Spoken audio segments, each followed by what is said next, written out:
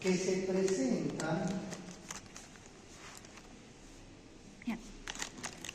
cuando una persona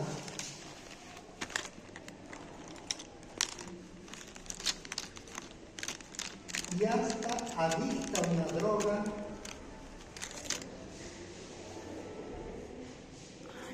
y deja de consumirla.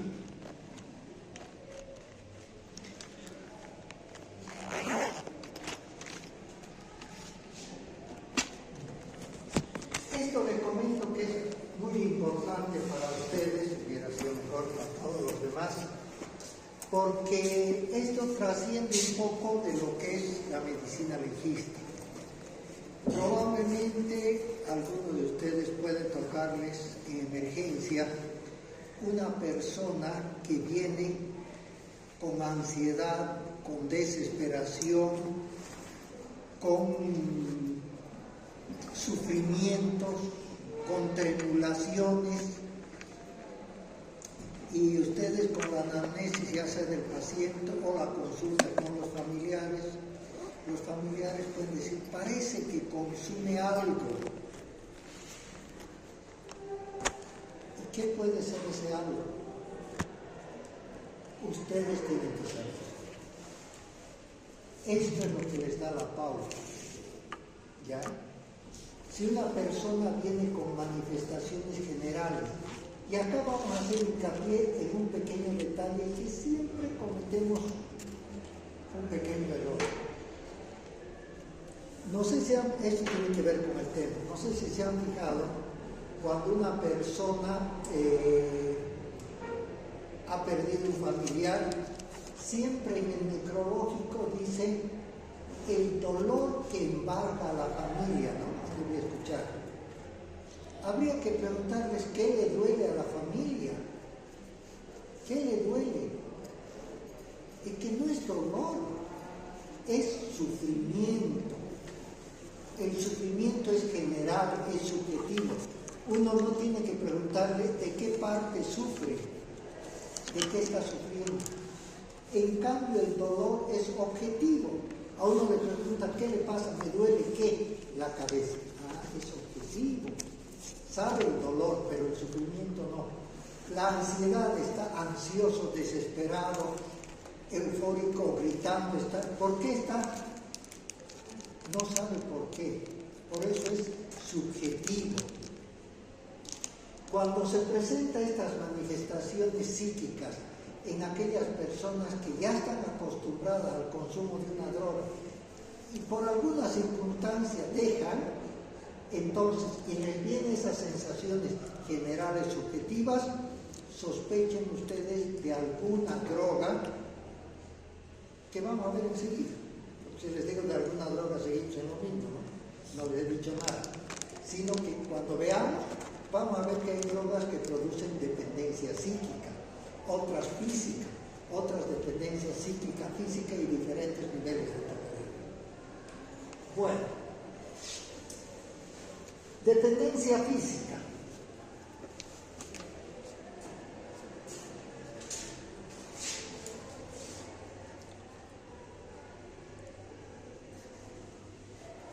Son las manifestaciones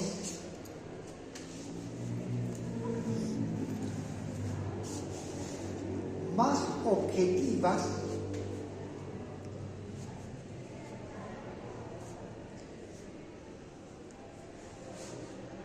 localizadas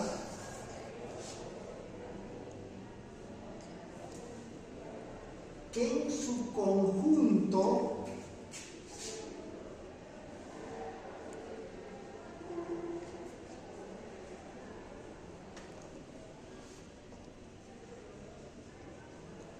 se conoce como síndrome de abstinencia.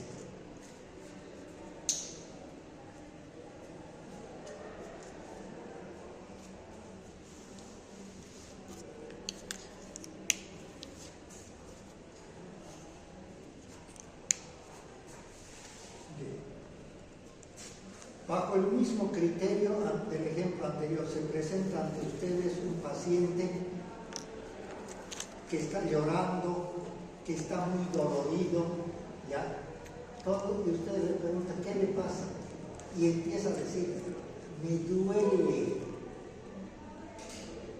Y es objetivo, me duele. ¿Qué le duele?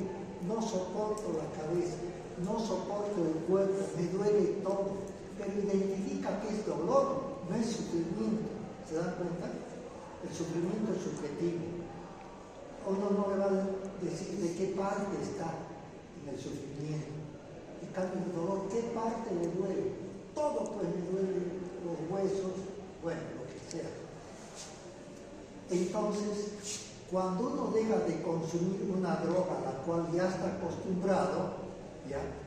Y le vienen esas sensaciones ya objetivas, tipo dolor, por ejemplo, entonces estamos hablando del síndrome de abstinencia. Cuando se presenta el síndrome de abstinencia, estamos hablando de la dependencia física. Niveles de tolerancia.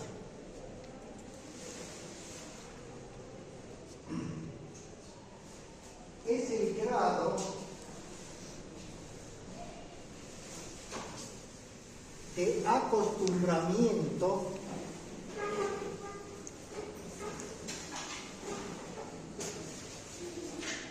al consumo de una droga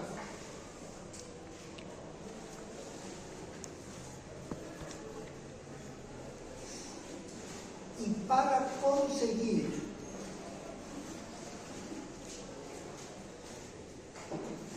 el mismo efecto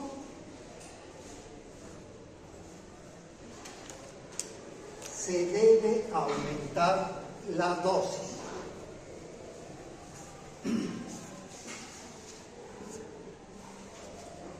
Bien.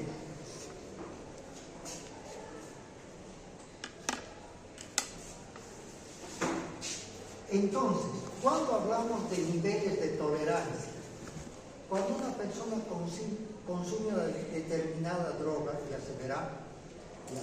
Y poco a poco ese efecto que le produce esa droga, después de un tiempo de consumirla, ya no va a ser el mismo.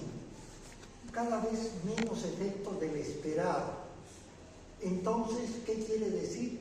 Su cuerpo se está acostumbrando a esa droga.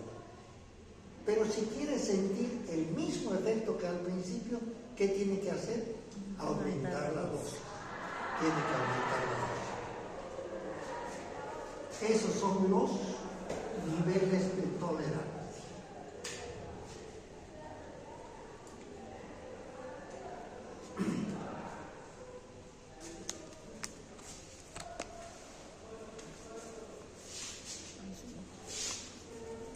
Bien, ahora vamos a ver la clasificación más sustantiva, la clasificación más gruesa, la que en realidad es fundamental de todo el tema de toxicología.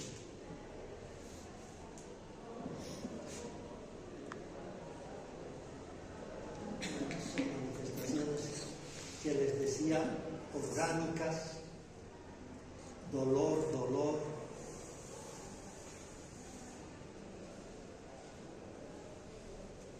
niveles de tolerancia, primero una tableta, después dos, después un montón, para conseguir el mismo efecto.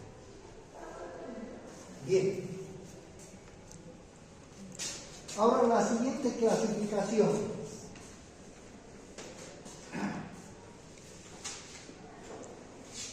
Vamos a clasificar en estimulantes del sistema nervioso central y depresores del sistema nervioso central. Estimulantes del sistema nervioso central y depresores del sistema nervioso central.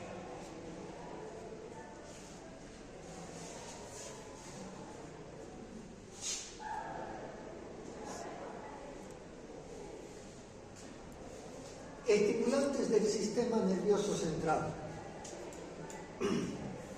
son drogas, fármacos o sustancias legales o ilegales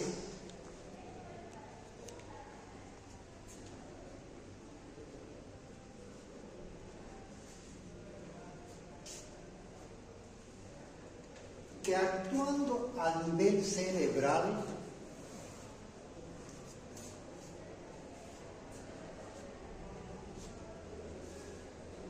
producen estados de euforia,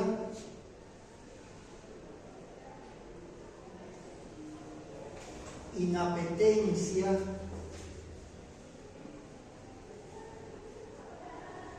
vigilia,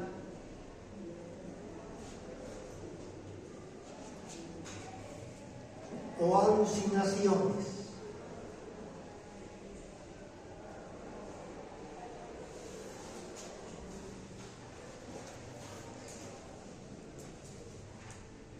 Bien.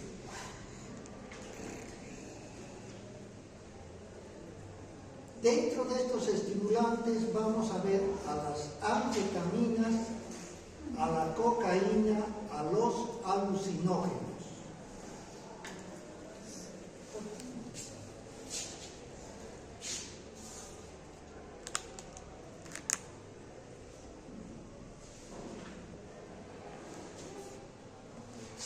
Y dentro de los alucinógenos vamos a ver a la marihuana, al LSD,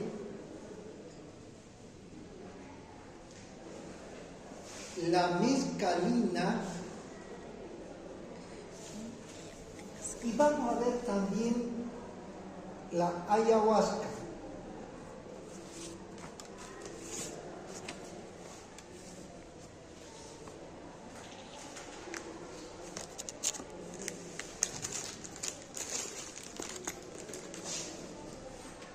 Aclaración de todas maneras acá. Dependiendo un poquito de los autores, para algunos autores tenemos estimulantes del sistema nervioso central, tenemos a los alucinógenos aparte, o sea, estimulantes, alucinógenos y depresores. Para nosotros, con esa aclaración, para nosotros los alucinógenos estarían dentro de los estimulantes del sistema nervioso. ¿Ya? Por eso que los colocamos juntos.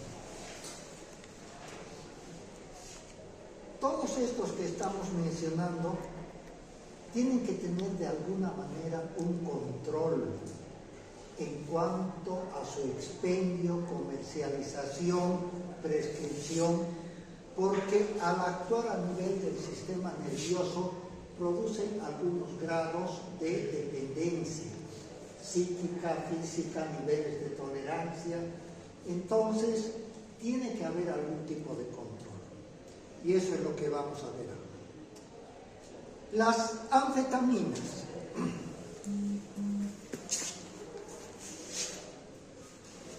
Son generalmente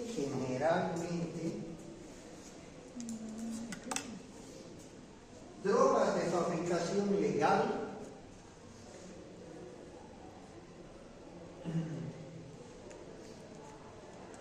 eventualmente de uso indebido,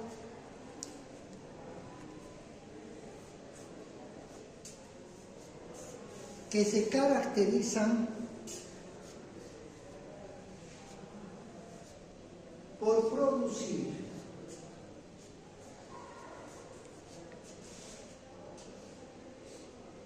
estados de euforia, levantan el ánimo, inapetencia, estados de vigilia.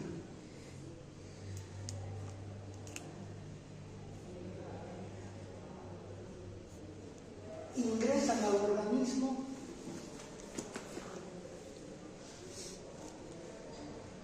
generalmente por vía digestiva.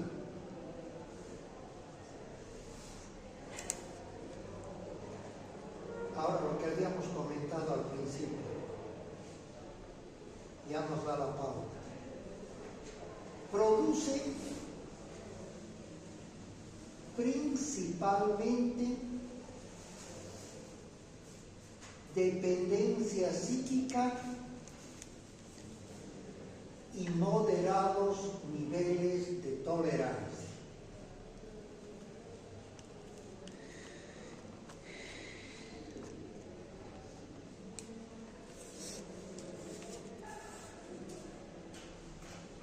Bien. Los grupos de riesgo pueden ser el personal de salud,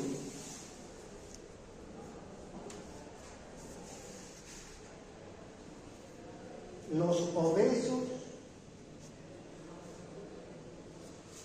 los transportistas, vigilantes, serenos, estudiantes.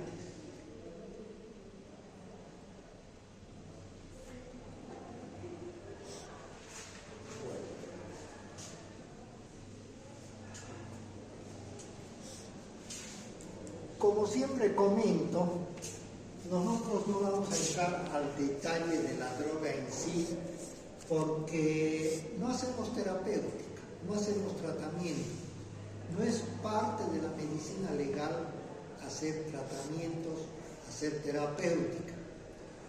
Para nosotros, en primera instancia, las anfetaminas es el nombre genérico, ¿ya? Pero puede haber metanfetaminas, dextroanfetaminas, diferentes variedades de anfetaminas. Nosotros lo hemos puesto de manera general. La mayoría de estas anfetaminas son de fabricación legal. ¿Qué quiere decir? Que tienen padrón, tienen registro sanitario, que la mayoría de estas anfetaminas se venden en las farmacias, ¿ya? Pero al principio hemos mencionado que tienen que tener un control, ¿ya? Porque pueden producir diferentes tipos de dependencia, diferentes niveles de tolerancia. ¿Y cómo va a ser ese control? A través de leyes, de normas, de decretos. Tenemos quienes tienen que ver directamente la ley 1008,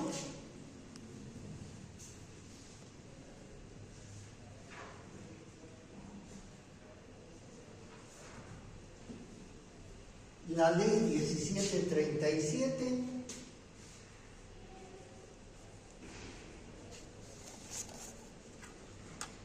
el decreto reglamentario 252/35.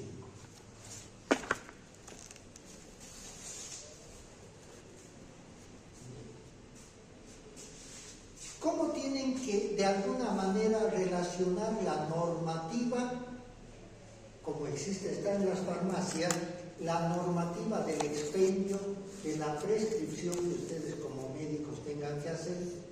Porque estas anfetaminas, de acuerdo a la ley que vamos a ver, no se puede expender sin receta. Ahora ustedes me dirán, no se puede, pero no se debe. Ya hay una ley que prohíbe que estas sustancias que producen acción a nivel central tengan que venderse sin autorización y sin receta. Entonces, en la ley 1008, es una ley que gran parte ya ha sido derogada, es la ley del régimen de la coca, que en este tema no nos interesa la ley del régimen de la coca en este. Pero en la misma ley, al final, esta ley se llama Ley del Régimen de la Coca y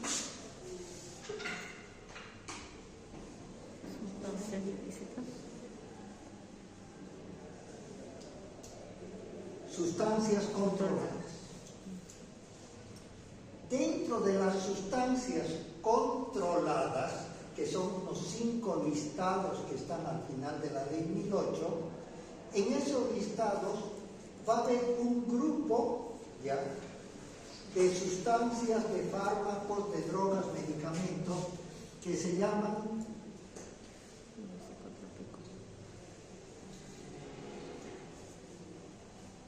psicotrópicos. Obviamente dentro de los psicotrópicos están las anfetaminas, ¿no? Pero en general se llaman psicotrópicos. Ya. Y la ley 1737, ¿a qué se refiere esta ley? Es la ley de medicamentos y farmacias. Se van a fijar que debería ser norma, pero no todos colocan, que en unos letreros en las farmacias, en algunas van a ver ustedes, que dice los psicotrópicos y los estupefacientes se expenderán bajo receta especial. ¿Qué quiere decir? Que con eso uno no puede ir a comprar como venta libre, directo.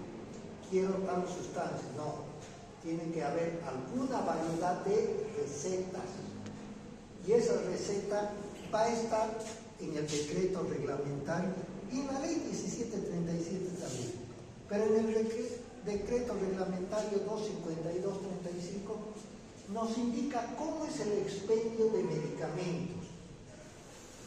Y este expendio de medicamentos primeramente pueden ser de venta libre. ¿Qué quiere decir de venta libre? Que puede ir hasta un menor de edad y puede ir a la farmacia, debería ser solo en farmacias, y pedir que le vendan vitaminas. No necesita autorización de nadie, le pueden vender vitaminas. ¿Quién creyera que también en este grupo se puede comprar con venta libre aspirina? Que no tuviera nada de malo. Pero últimamente la aspirina que no es bajo control puede desencadenar algunos problemas serios. Se ha visto con la cuestión del COVID. ¿Por qué? ¿Ya? La aspirina es un analgésico, antipirético y, ¿qué más es? Antiagregante plaquetario. Ustedes saben que en el COVID ha habido condensación de la sangre.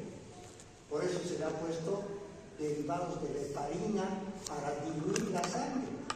Si no se hacía sangre espesa, no circulaba la sangre, el hierro se trancaba y la persona por insuficiencia respiratoria moría. No era por los pulmones, sino por la condensación de la sangre. Entonces había que ponerle heparina de bajo peso molecular un montón para diluir, y se podía dar también la aspirina como antiagregante. ¿Bien? Inclusive a las personas mayores se recomendaba que a cierta edad se les podía dar aspirineto. Bien. Pero llegó un momento en que estaba dando el COVID y estaba dando el dengue. Y el dengue severo se llamaba, si ustedes recuerdan, dengue hemorrágico. Y si no había un buen diagnóstico, ya decían, esto es COVID, le daremos nomás su aspirina. Le producían una tremenda hemorragia, si en realidad no era COVID, era dengue. Y los síntomas son muy parecidos al principio. ¿Por qué? Porque ustedes saben que en el dengue hemorrágico están los capilares y cualquier momento se fragmentan, se sueltan y hay hemorragia por todos lados. Y sobre eso que tengan que darle antiagregante más, lo termina de liquidar a la persona. Sin embargo, la aspirina es de venta libre. Después tenemos venta con receta archivada, venta con receta valorada. Esto tomen en cuenta porque les va a servir, me imagino que de mucho. Normalmente por comodidad o practicidad, cuando expendemos una determinada receta,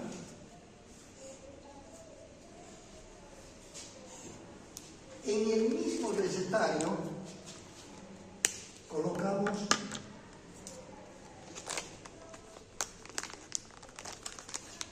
se entiende, no es letra de médico, siempre coloca. Ampicilina quiere decir eso. Colocamos, y ahí abajo, en la misma receta, colocamos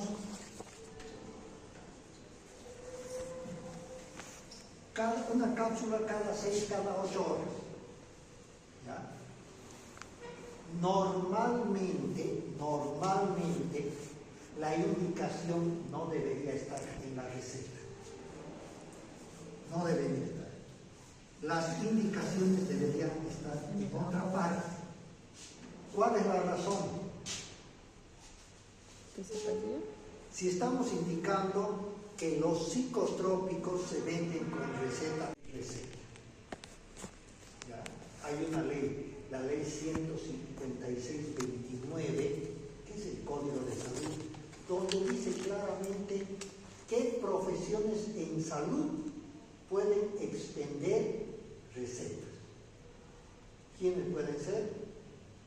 Todos son médicos, aunque es medio largo. El médico odontólogo es un médico, y el otro, aunque no crean, también es médico veterinario. Es médico, el veterinario. ¿Qué se llama nuestra facultad ahí? De acá. Medicina veterinaria. La de veterinaria se llama medicina veterinaria. Así se llama la facultad. Bueno, los demás no. El psicólogo no puede dar medicamentos. La farmacéutica, la bioquímica no puede prescribir medicamentos. Entonces, si nosotros no hacemos lo que nos corresponde en el trabajo, estamos fomentando que la farmacéutica tenga que hacer las indicaciones y todo. Entonces, siempre tiene que ser separado. Entonces, los psicotrópicos, las anfetaminas, es con receta archivada. Con receta archivada. Bien, estas anfetaminas la mayoría ingresan por vía digestiva, va a producir una dependencia psíquica, lo que hemos conversado, ¿se acuerdan? Fundamentalmente dependencia psíquica. Va a tener niveles de tolerancia moderados, no son muy grandes. Las personas que son de riesgo, los grupos de riesgo, esto dentro del ámbito de la ética. Siempre fíjense que tomamos algunos conceptos éticos, porque nuestra materia también dice eso, ¿no? Medicina legal y ética médica. Entonces, dentro de esos aspectos, tenemos que mencionar algunas cosas que son necesarias que ustedes las conozcan, pero que el único fin que tiene es comentar con ustedes, ¿ya?, algunas de las situaciones que se presentan a todo nivel, y que esto que estamos comentando con ustedes es para que sepan que cuando ejerzan ustedes se den cuenta de que esto no se debería hacer, ¿ya? Pero si no lo comentamos, no van a salir. Por ejemplo, ¿por qué decimos que el personal de salud es un personal de riesgo para crear cierta dependencia con las anfetaminas?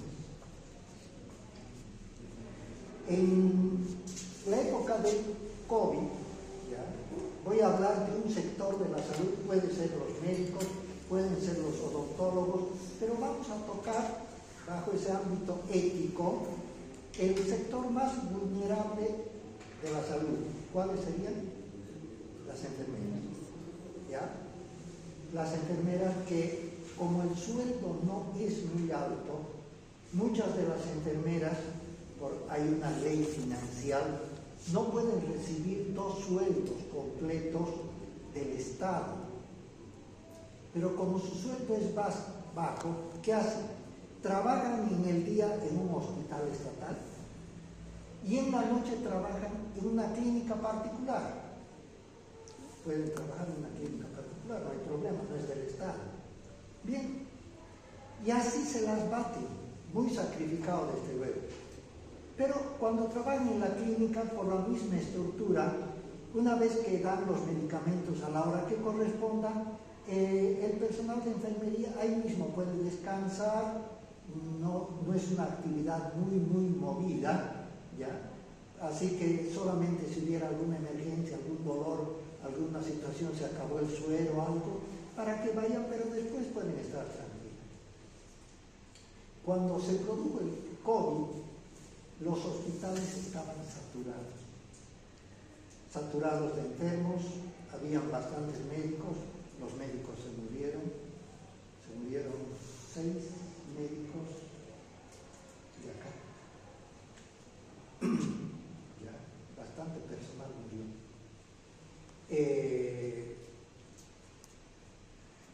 Este personal de salud, en particular las enfermeras, una labor tremenda hicieron durante todo el día, porque estaban llenos, saturados, salas, medio pensionados, todo. En la noche tenían que ir a la clínica privada. Las clínicas privadas saturadas también. Acuérdense que inclusive por los medios, por las redes decían, si se sabe de alguna clínica que hubiera un espacio, porque se complicaron en las casas los pacientes y morían.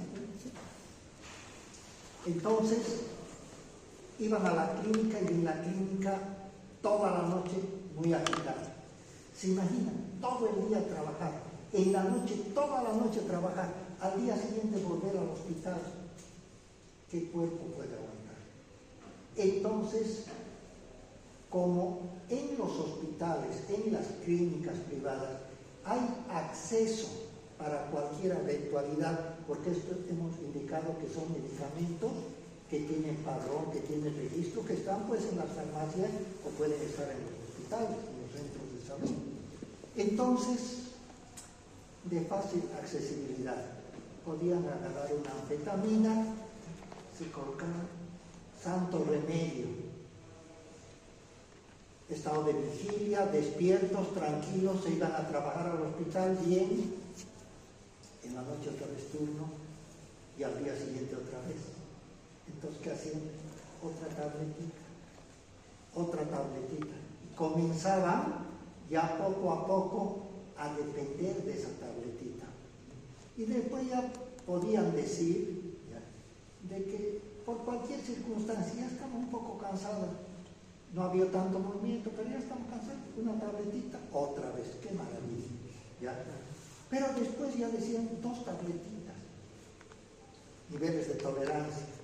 Que el efecto ya no es el mismo, entonces hay que aumentar la dosis. Entonces había el riesgo de que crea de alguna manera dependencia. ¿Dónde se puede notar muy claramente? Es un ejemplo, parte real, parte ficticio, la dependencia psíquica, lo que hemos comentado. Van a ver ustedes que no es lo mismo que cuando uno dice, este lunes empiezo la dieta, ¿no? Todos los lunes empieza. Bueno, es lo mismo. Hay una persona que tiene 10 kilos de sobrepeso, y ya sea de manera legal o ilegal, ha conseguido anorexígenos para cortar el apetito, pero de acción central. Y dice, yo voy a tomar estas tabletas solamente hasta bajar los 10 kilos que tengo de exceso. Tomo hasta bajar los 10 kilos y me olvido de las tabletas. Y comienza a tomar una tableta en la noche, una tableta en la mañana, una en la noche, una en la mañana. ¿Cómo que? La de la noche no le permite que al día siguiente acumule sensación del hambre, despierta sin hambre, toma la tableta todo el día sin hambre, así que una vez comienza a bajar el peso. Grupo de riesgo, los obesos. Termina los 10 kilos, puede ser en 2 o 3 meses, bajó los 10 kilos, una maravilla. Entonces dice, no necesito más la tableta, bajé los 10 kilos, de acá es con ejercicio pura, con ejercicio va a ser, con dieta, todo, ya no necesito las tabletas. Al día siguiente, en la mañana, ya, a las 7, no, tan 7 de la mañana, en la mañana, ya, cuando comienza ansiedad, desesperación, tremulaciones, llanto. ¿Qué es lo que te está pasando? No sé. ¿Y por qué esa desesperación? No sé. ¿Por qué es? ¿Y saben qué? El organismo le está pidiendo la factura. Mi tableta de la mañana ya comenzó a ser dependiente. Síndrome de abstinencia. Ya comenzó a ser dependiente. Va a estar unas 3-4 horas aguantando esa sensación. Se le pasó, tranquilo. El resto del día tranquilo. Llega la noche y mi tableta de la noche otra vez. En la mañana otra vez. En la noche otra vez. Esa es la dependencia. ¿Y qué es lo más triste de esto? Que hay una manera en que se les pasa inmediatamente las molestias. ¿Cuál es? Volver a tomar la tableta. Y el momento en que saben que tomando la tableta todas esas molestias, angustias, desesperación se le va a pasar, su tratamiento ya se complica. Porque cuando comienza a querer hacer el tratamiento de desintoxicación, ya no aguanta más, toma la tableta y es a empezar de cero otra vez, cada vez de cero, de cero, de cero. Por eso es un grupo de riesgo. Otros grupos de riesgo que también hay que mencionar son los transportistas, los serenos, los vigilantes. Si bien ustedes, y con mucha razón podrían decir, pero acá no toman anfetaminas, ¿qué es lo que hacen? Más la coca, ¿ya? Que tiene un efecto similar, pero en otros lugares no hay la coca. Entonces, ¿qué toman el transportista para estar en vigilia permanente? Anfetaminas. Y comienzan a hacerse dependientes. Después también los artistas. Los artistas también corren el riesgo porque ya sea por los conciertos que tienen que dar o por los cambios de horario, ¿ya? Viajes muy largos, ya no saben cuándo es de día, cuándo es de noche. ¿Y qué hacen? Un famoso artista que, aunque parezca raro, tomaba tabletas para dormir, dormía y después no podía despertar. Tenían que darle tabletas para despertar. Y una vez que despertaba para estar en el concierto, ensayo, todo, no había cuando duerma. Había que darle para dormir. Y cada vez más tabletas o cóctel de tabletas para dormir, para despertar, o sea, estimulantes, depresores. Estamos hablando de Elvis Presley, que murió por sobredosis. Y no es, en la mayoría de los casos, que se equivocaron con la sobredosis. No. Lo que pasa que tanto es la necesidad y la dependencia que cada vez van aumentando los niveles de tolerancia. Cada vez van aumentando. Y no es que se equivocaron una sobredosis, fue que ese organismo les pedía y llega un momento en que ya no soporta. De otro famoso cantante también, ¿ya? Que inclusive con médico de cabecera falleció por sobredosis, Michael Jackson, y teniendo un médico de cabecera, a quien lo metieron preso también, después ya lo sacaron, que era el pobre médico, llegaba un momento, hacía milagros, porque ya no había cuánta cantidad de droga darle, por los dolores, por la cantidad de otras drogas que tomaba, el malestar que tenía todo. Para evitar seguir aumentando la dosis, le daba otros componentes más. Por ejemplo, esto no era, solamente es más fácil de comprender.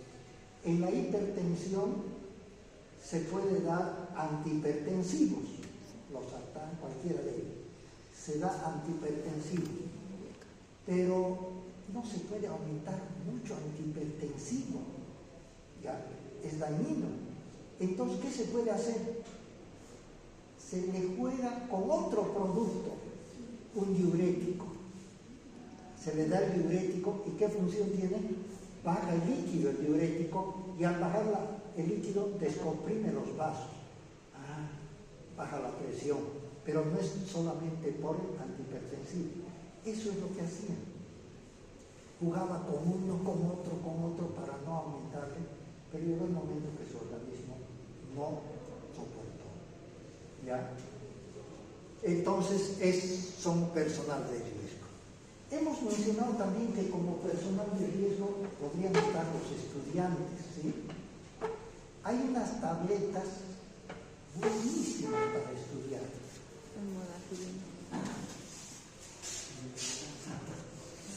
Me olvidé, ustedes ya estaban por tomar nota, ¿no? Me olvidé el nombre de la tableta. Bueno, lógicamente es un estimulante que uno puede tomar una tabletita, por ejemplo, yo sé que no es el caso de ustedes, ¿ya? Vamos a suponer que pasado mañana podrían tener un examen, ¿ya? No es el caso de ustedes. Y dice, no, pues en una noche se aprende eso. Entonces mañana van a dedicarse a otra asignatura y después ya dice, esta noche vamos a estudiar. Pero el sueño pues vence, si han estado dando otras materias. Entonces, ¿qué hacen? Se consiguen una tabletita. Toda la noche despiertos. Una maravilla, estudian medicina legal, pasan raspando, bueno, pasan, ya.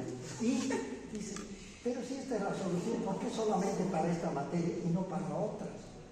Entonces, para otra más, otra tabletita.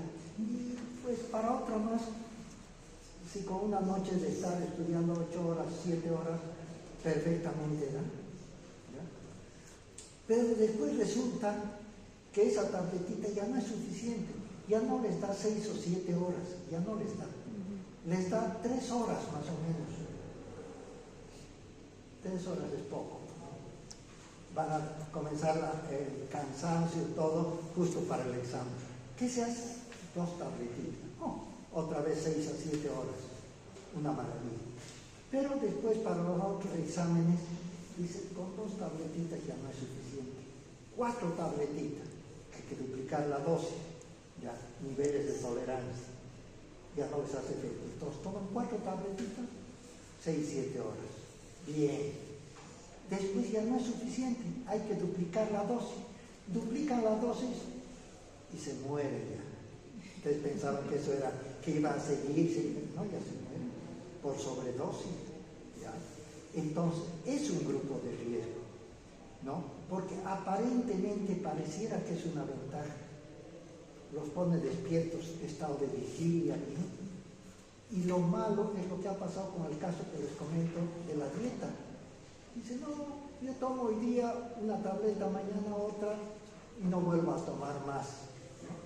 Después dice, voy a tomar. Y después ya no se puede dejar de tomar porque crea dependencia.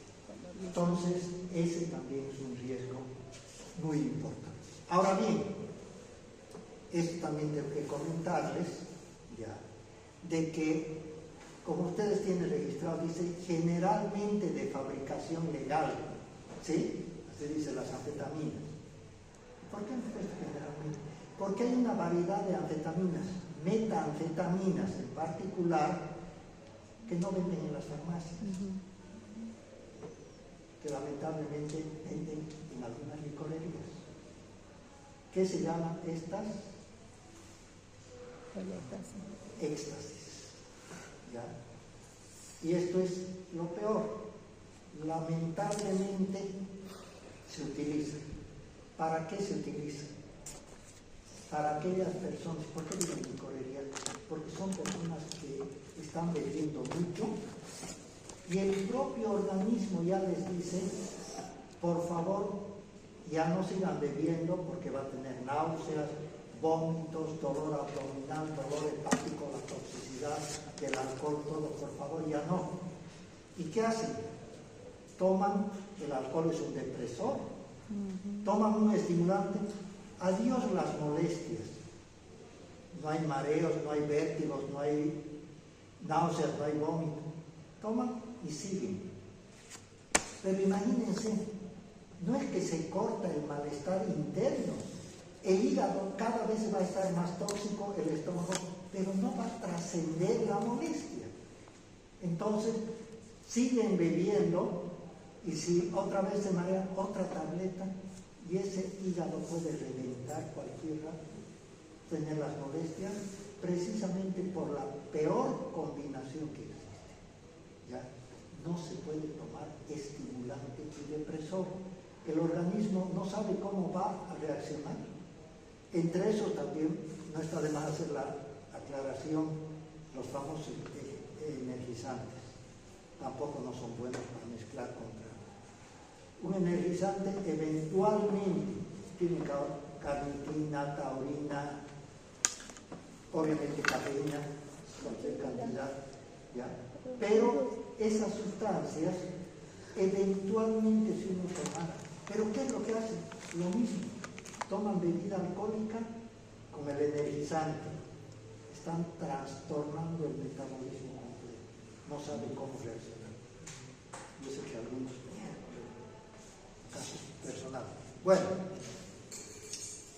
eso es lo que podemos comentar sobre las anfetaminas. Oh my God. Okay.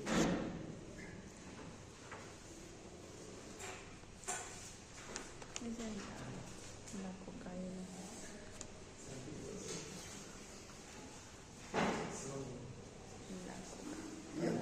Vamos a ver solamente la cocaína más. La cocaína, seguimos en estimulantes del sistema nervioso.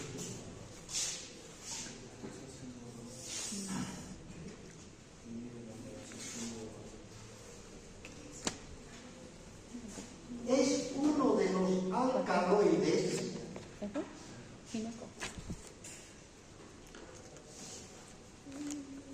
que se extrae de una planta arbustiva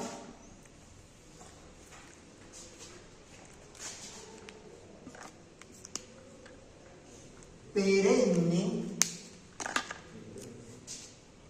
nativa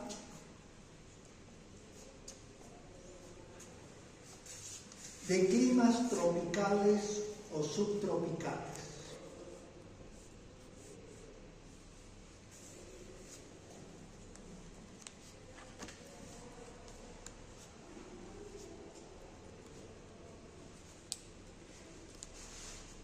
Su comercialización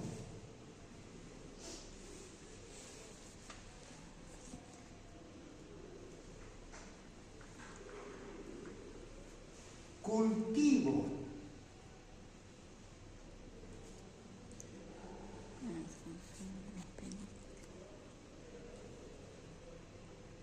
y expendio está regulado por la ley 1008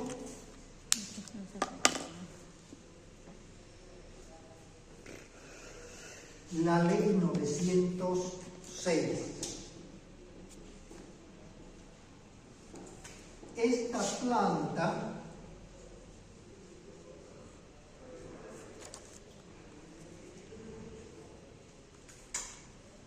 ¿para qué coloco? Si está allá, ¿no? Esta planta se denomina Erythroxylum coca.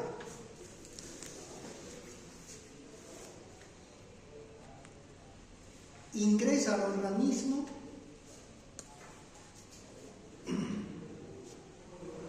por vía respiratoria,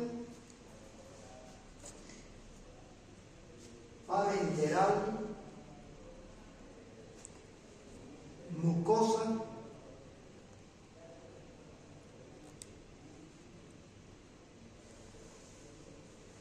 básicamente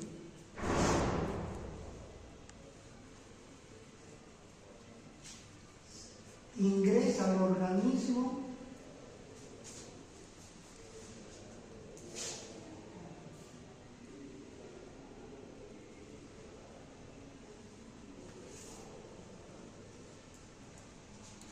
bajo la forma de pasta base de cocaína,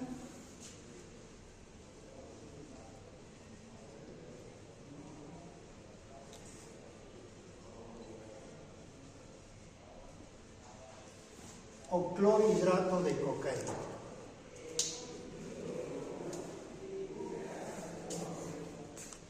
Bueno, independientemente de la manera que tengan ustedes de pensar, y es muy correcto que no siempre todos pensemos igual, pero voy a transmitir lo que está en la ley, nos guste o no nos guste.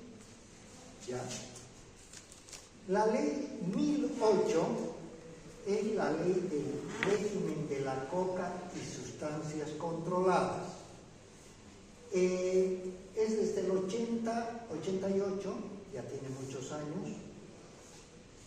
Esta ley promulgada estaba dentro, ley 1008, dentro del régimen de la coca y sustancias controladas. ¿Qué quiere decir? Que estaba dentro de unas normativas junto al manejo de sustancias ilícitas, cosa que no les parecía muy bien que la hoja sagrada esté junto con las cosas ilícitas. Entonces, a partir del 2006 adelante, ya, se crea su propia ley, aparte de la ley 1008, la ley 906, que es el régimen, es la ley general de la coca, así se llama. Y lo que dicen los principios de esta ley, que es para mistificar, reconocer el valor que tiene la coca. Ya no se toca desde el punto de vista del legal, sino de lo bueno que puede significar. Tanto en la ley 1008 como en la ley 906, los primeros artículos dicen para qué está permitido el cultivo de la coca. Va a estar permitido para lo que son ceremonias ancestrales, va a estar permitido como tratamientos medicinales, va a estar permitido para productos cosméticos, shampoos, pastas dental, para productos alimenticios, tortas, queques, masitas, y medicinales porque ayuda mucho para el estómago, ayuda mucho para el mal de altura famoso, mate de coca. ¿Todo eso es ilegal o es legal? ¿Qué dicen ustedes? Es legal. Cualquiera de nosotros puede ir a una farmacia, pedir una tableta para la altura que tenga que ver con la coca. Puede ir a un supermercado y ¿qué podemos pedir? Mate de coca en sobrecitos y nos vende. Trimate nos vende. Podemos ver en algunos lugares que venden shampoos, cremas a base de hoja de coca. ¿Ya? Pero, todo tiene un pero.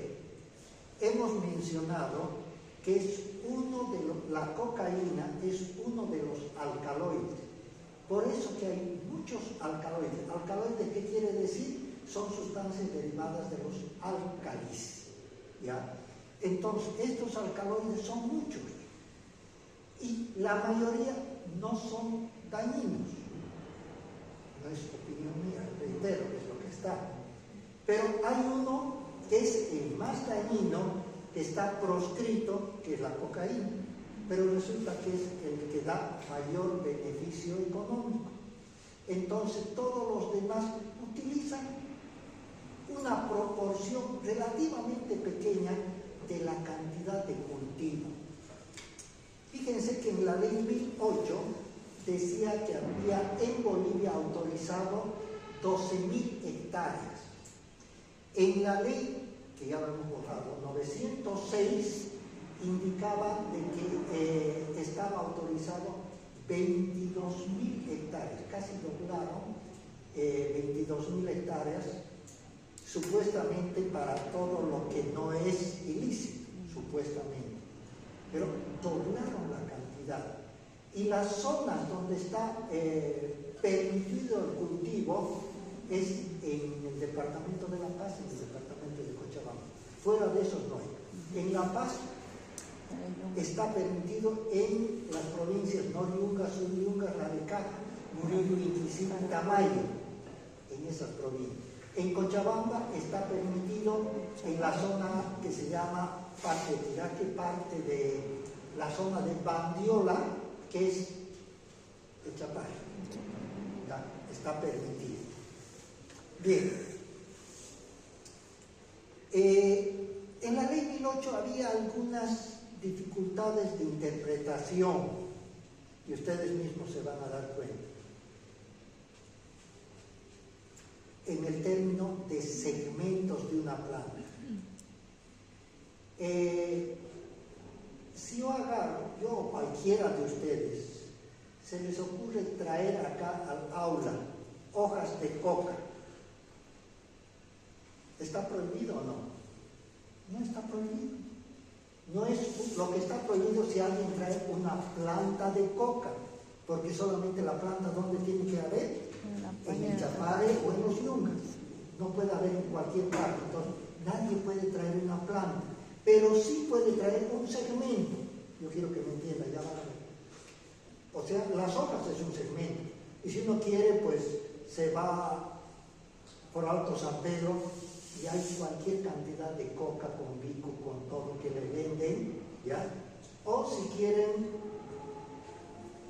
coca despalizada, ¿ya? Que hay una modelo que se encarga también de parte de esa propaganda, hace muy bien su trabajo, ¿ya? Se puede manejar. Cantidades relativamente pequeñas uno puede tener en su bolsita, en cualquier parte. Pero miren dónde está la diferencia. No se puede tener plantas, pero sí segmentos. Ahora, yo podría traer no una planta de marihuana, no se puede, pero ¿puedo traer segmentos o no? No, pues porque el segmento es la droga. Las hojas, brácteas, las semillas, si traigo, esa ya es la droga. Pero no dice si se puede traer eso o no. Dice, no se puede traer, no se puede tener plantas completas, pero sí segmentos. Pero en este caso, de la marihuana son segmentos y tampoco se puede tener. Hay algunas cosas que no están bien. Bueno, ¿cómo ingresan al organismo este alcaloide, la cocaína? Los demás teóricamente no serían dañinos, teóricamente, ¿ya? Pero este alcaloide, la cocaína, sí. Va a ingresar al organismo bajo la forma de sulfato base o pasta base de cocaína.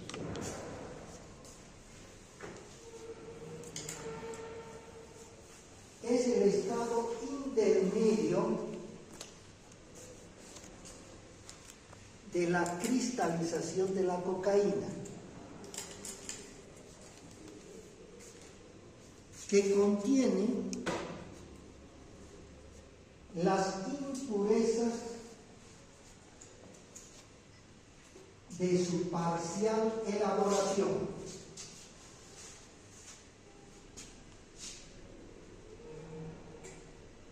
Ingresa al organismo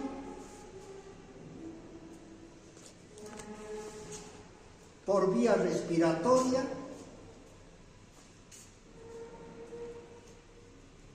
a través del fumado,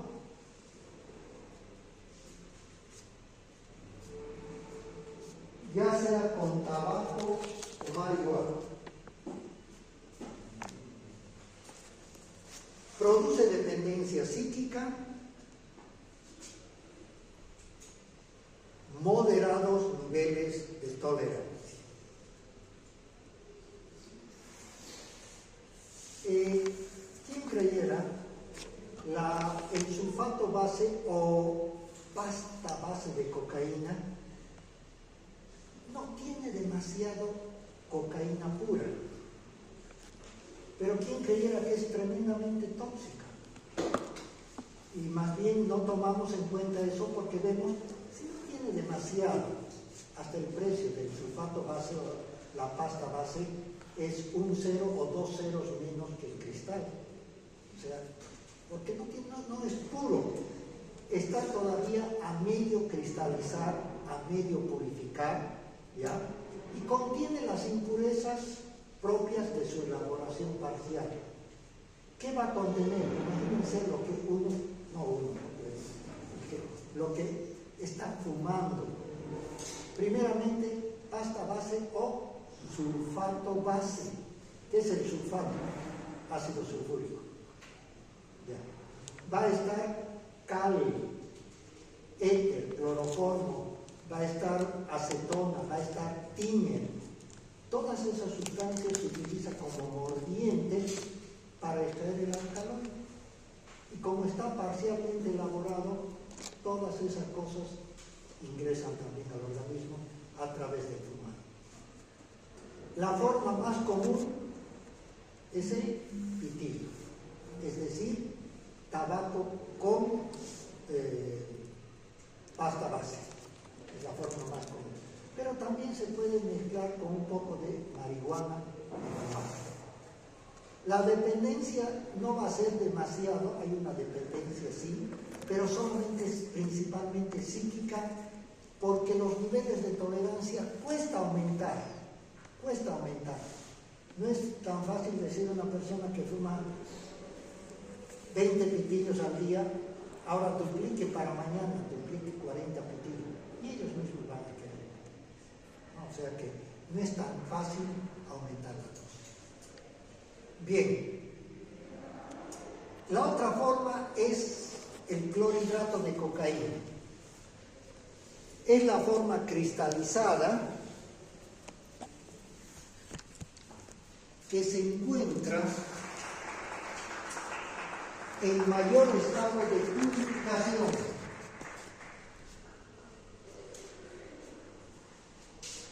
Ingresa al organismo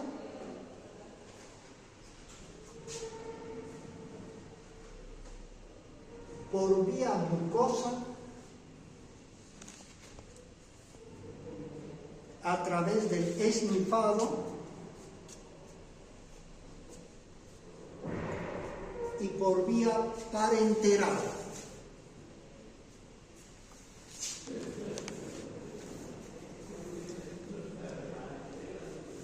Produce dependencia psíquica, dependencia física,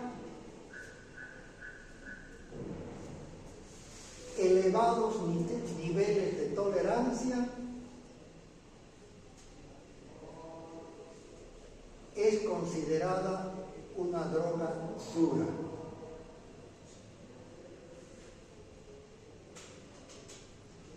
¿Han escuchado ustedes el término de esnifado o no mucho? ¿Qué es el esnifado?